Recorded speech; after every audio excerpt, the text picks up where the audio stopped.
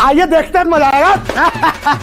अभी मजा आएगा ना भिड़ो। क्या मंदिर में जाना वाकई अगर उस चिट्ठी को उठाएं सेक्युलर छवि के खिलाफ माना जाता था? और आप लोग भी, अखिलेश जी भी नहीं गए, उस पर ये लोग सवाल पूछते हैं। तो मैं सवाल पूछता हूं, मेरे सामने यूथ बैठा है, कितने लोग इसमें राम मंदिर गए? हाथ उठाना ईमानदारी से। जो लोग नहीं गए, क्या वो हिंदू नहीं है? क्या यही आचरण है ना? प्रभुराम के आदर्श को अपनाइए ना। ये प्रभुराम के आदर्श आचरण को नहीं अपनाते, उनके नाम की राजनीति करते हैं। ये मेरा दर्द है। प्रभुराम के आदर्शों को अपनाइए ना। प्रभुराम ने तो कहा था कि हमारे बच्चे को कोई तकलीफ नहीं होनी चाहिए। आपने क्या किया देश में? 5 किलो चावल 5 किलो आटा की लाइन में लगा दिया। और राम के मंदिर की लड़ाई तो हमने इसलिए लड़ी भैया, ऊपर बाबर ने मस्जिद बना दी थी। जब दिल्ली जैसे शहरों में AQI इतने खतरनाक लेवल पे है, गवर्नमेंट का फोकस सिर्फ मंदिरों पे होना, क्या ये सही है?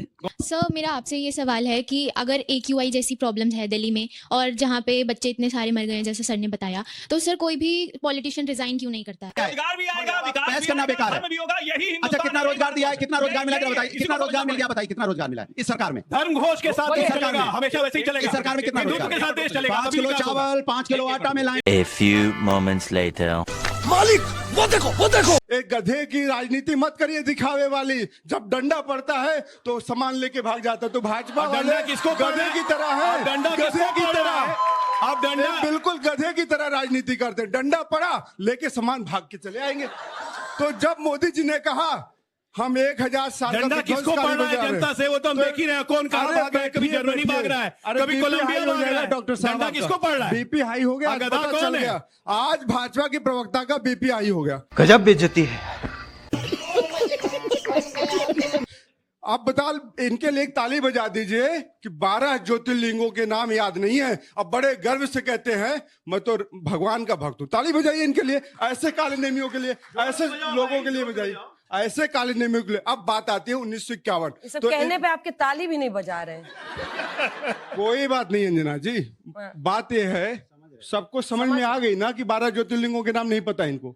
यही नहीं, अभी और सुनिए कि 1951 में जाने से पहले 1947 की बात करते हैं।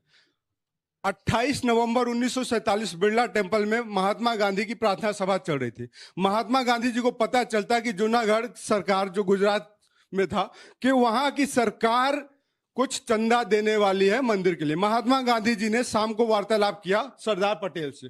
पटेल जी से पूछा कि ऐसा है क्या? पटेल जी ने कहा ऐसा कोई नहीं है, और जब तक मैं सरकार में हूं, यहां इस देश में हूं, तब तक सरकारी खजाने से, ध्यान रखिएगा, सरकारी खजाने से 1 रुपया नहीं दिया जाएगा। सोमनाथ का मंदिर बनेगा, वो ऐसे पड़े रहेगा। शाबाश। अगर इस देश का हिंदू इतना सार्थक है, संपन्न है, तो मंदिर बन जाएगा। तो हिंदुओं ने, सब लोगों ने मिलकर पैसा दिया, मंदिर बन गया। तो इस देश पे हमें अपनी सनातन संस्कृति पे गर्व है, अपने हिंदू भाइयों पे भी गर्व है, और सारे धर्मों पे भी गर्व है। लेकिन इन्होंने क्या किया? कहते हैं कि उनको राजेंद्र प्रसाद जी को रोक रहे थे। अरे आप तो वर्तमान की बात करिए ना। आप राष्ट्रपति महोदया को, श्रीमती द्रौपदी मुर्मू जी को बुलाए तक नहीं। ये कौन सा राष्ट्र का अपमान हो है, या कौन सा राष्ट्र का सम्मान है, या किस राष्ट्रपति के जाने से सनातन का अपमान हो जाता या राम का अपमान हो जाता? बताइए। शिलान्यास में नहीं बुलाया आपने। कैसी लगी? आगे स्वाद। ठीक है, आप छोटा सा जवाब दीजिए। नाथ कोविंद जी को नहीं बुलाए, तो आपका दोहरा चरित्र पूरा देश देख चुका है। आज आपकी बेइज्जती घनघोर हो चुकी है। 12 ज्योतिर्लिंगों के नाम नहीं पता। थांबा। और बात कर रहे हैं सोमनाथ का। सोमनाथ का व्याख्या बता रहे हैं कि चंद्रमा का मस्तक है, फलाना है, ढिमका है। भाई रुक जाओ, सुन लो। सबसे पहली बात कि राम मंदिर का कुछ पता हो तो सुनो। आपको जब आपको पता ही नहीं है, जब आपको पता ही नहीं है कुछ, और आया राम मंदिर न्यास परिषद ने न्योता भेजा था, प्रधानमंत्री ने नहीं भेजा था। मजा नहीं आ रहा है। उन्होंने प्रधानमंत्री को भी न्योता दिया था, मोहन भागवत जी को भी दिया था, योगी जी को भी दिया था, और बाकी लोग को भी न्योता दिया था, लेकिन राहुल गांधी का पूरा गांधी परिवार नहीं गया। आज तक नहीं भेजा। अखिलेश यादव नहीं गए राम मंदिर। हमें राम मंदिर का ज्ञान देने जा रहे हैं। अरे बेसिक बात ये है, सच्चाई की बात है अंदर की। कांग्रेस का चरित्र हिंदू विरोधी रहा है, और अपने चरित्र के अनुसार काम करते रहे। पूरे टाइम 45 मिनट बोलिएगा क्या? 45 मिनट बोलिएगा क्या? अरे क्या अनाप शनाप बोलती हो? क्या मंदिर में जाना वाकई अगर उस चिट्ठी को उठाएं सेक्युलर छवि के खिलाफ माना जाता था? और आप लोग भी, अखिलेश जी भी नहीं गए, उस पर ये लोग सवाल पूछते हैं। तो मैं सवाल पूछता हूं, मेरे सामने यूथ बैठा है, कितने लोग इसमें राम मंदिर गए? हाथ उठाना ईमानदारी से। जो लोग नहीं गए, क्या वो हिंदू नहीं है? क्या अपने घर जाना है, या वो प्रभु राम को नहीं मानते? कमाल की बात। आप मानते कि नहीं मानते? बोलिए ना, आप ही लोग बोलिए।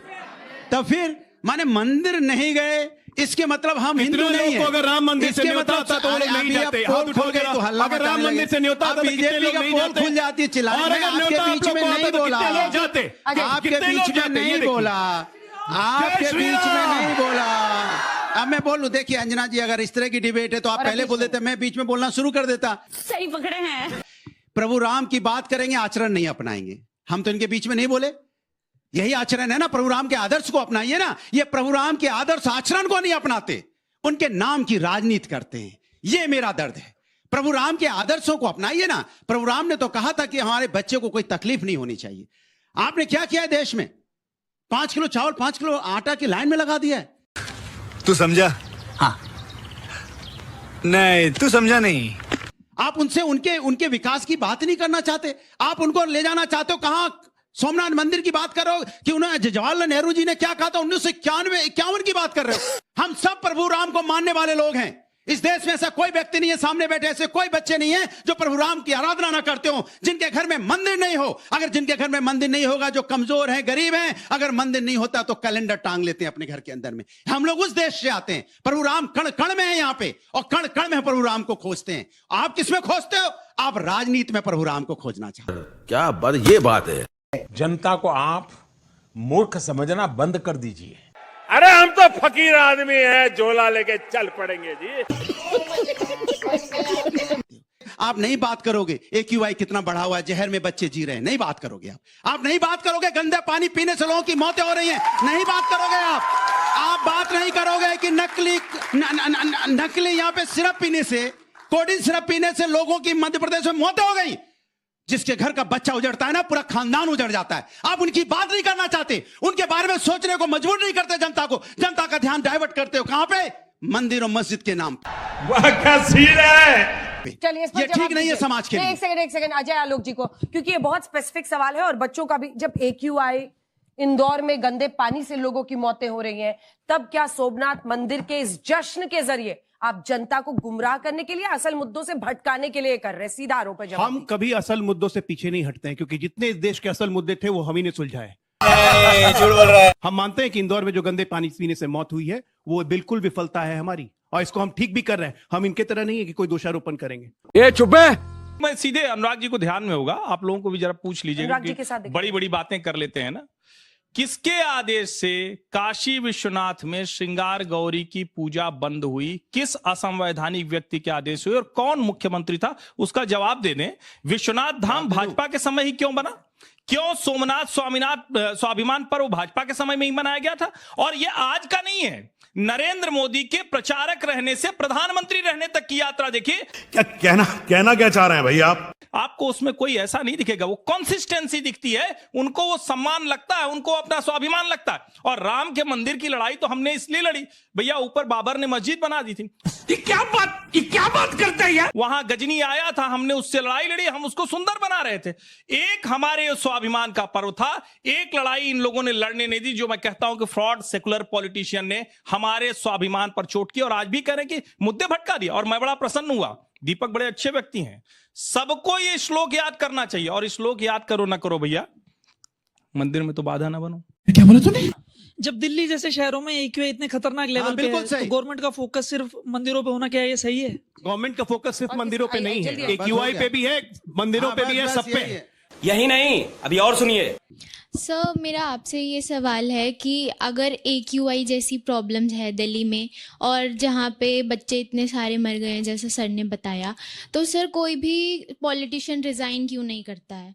जनता को आप मूर्ख समझना बंद कर दीजिए। सवाल है। यहीं से शुरू करते हैं। अजय आलोक जी इसी सवाल के मैं जवाब के साथ शुरू AQI और जो बच्चों की मौत हुई इंदौर में, उसके लिए मैं कह चुका हूं कि ये हमारी प्रशासनिक विफलता है, जिसपे सरकार बहुत गंभीरता से काम कर रही है। मैं कब हो गया ये? रोजगार भी आएगा, विकास बहस भी करना आएगा, बेकार है। धर्म भी होगा, यही हिंदुस्तान अच्छा, कितना है, रोजगार दिया है? कितना रोजगार मिला है? जरा बताइए, इसी कितना को रोजगार समझना मिल गया? बताइए कितना रोजगार मिला है इस सरकार में? धर्म घोष के साथ बोलिए। देश सरकार चलेगा, में। हमेशा वैसे ही चलेगा। इस सरकार में कितना हिंदुत्व रोजगार? के साथ देश चलेगा, 5 तभी किलो विकास होगा। चावल 5 किलो आटा में लाइन में लगा दिया है। गजब बेइज्जती है।